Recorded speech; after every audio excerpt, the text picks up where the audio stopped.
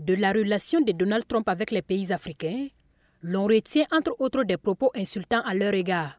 Aussi, le président américain ne s'est jamais rendu sur le continent africain lors de son premier mandat. Selon l'invité de votre émission Le Déj Matinal, Moussa Sawadogo, l'Afrique est loin des priorités de Donald Trump. Toutefois, il se pourrait que le républicain change de discours vis-à-vis des pays africains qui, au fil du temps, ont changé de mentalité. Dans son premier mandat, Donald Trump, par rapport aux pays africains, il a été très clair. Il a dit que ce sont des pays de merde. C'est des propos qu'il a tenus et je pense que ça a jeté un tollé au niveau de la rue. Donc, je pense que Donald Trump revient à un moment où l'Afrique qui existait au moment où il était président, ce n'est plus cette Afrique-là.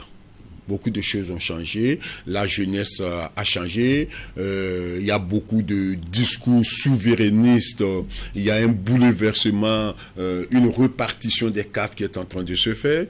La Russie est venue en force en Afrique, la Chine est là en force, l'Inde est là et tout. Je pense que c'est une autre Afrique. Lors de la campagne présidentielle américaine, l'Afrique était quasiment absente des débats. Et de son côté, Trump n'a pas prononcé un seul mot sur l'Afrique. Mais selon Gervais Marie-Raoul Nadambega, lorsque Donald Trump parle de migration et autres, il parle indirectement de l'Afrique, puisque la plupart des migrants américains sont des Africains. Quand il parle effectivement de l'immigration, il parle indirectement des Africains parce que ça nous touche à un taux très élevé. Quand il parle effectivement des ressources, il parle effectivement directement de nous parce que n'oubliez pas que les États-Unis étaient fortement implantés en Afrique, et particulièrement en Afrique de l'Ouest, au Sahel et particulièrement au Niger. Et qu'ils avaient toute une base de grands drones et d'appareils d'information sophistiqués à Niamey, au Niger. Et que c'est partant de là qu'ils jouaient le grand rôle de fournir l'information même à la France pour ses opérations militaires.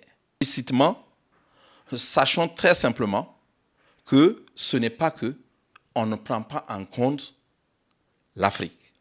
Parce que c'est clair qu'aujourd'hui, l'Afrique est la base, est la source, est le bassin des grandes ressources minières et minéralogiques qui influencent effectivement le monde.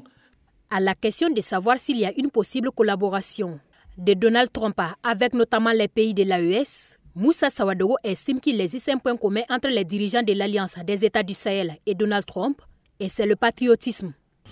Moi, je pense que si je regarde un peu, peut-être que c'est la méthode qui va changer, mais le discours des présidents de l'AES, dans le fond, je ne le trouve pas différent du discours de Donald Trump. Il y a beaucoup de similarités pour vous. Oui, parce que Donald Trump parle du...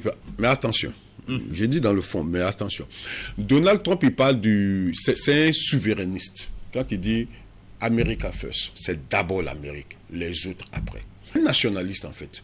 C'est vraiment un nationaliste.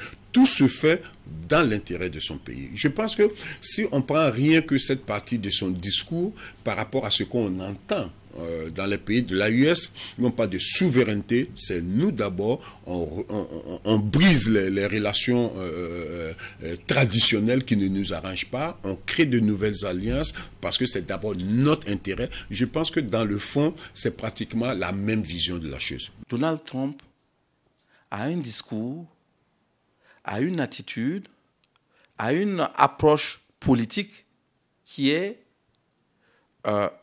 qui miroire un peu, to mirror en anglais, qui mime celui des nouveaux leaders du Sahel.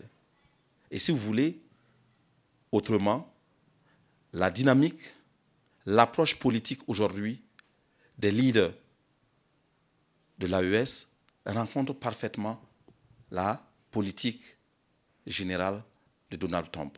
Du reste, ce retour du républicain à la Maison-Blanche pourrait, selon certains analystes, s'accompagner d'une forme de réalisme politique dans ses relations avec les pays africains. D'aucuns pensent que sa victoire avec son credo « Rendre à l'Amérique sa grandeur » pourrait impacter le continent africain dans divers domaines.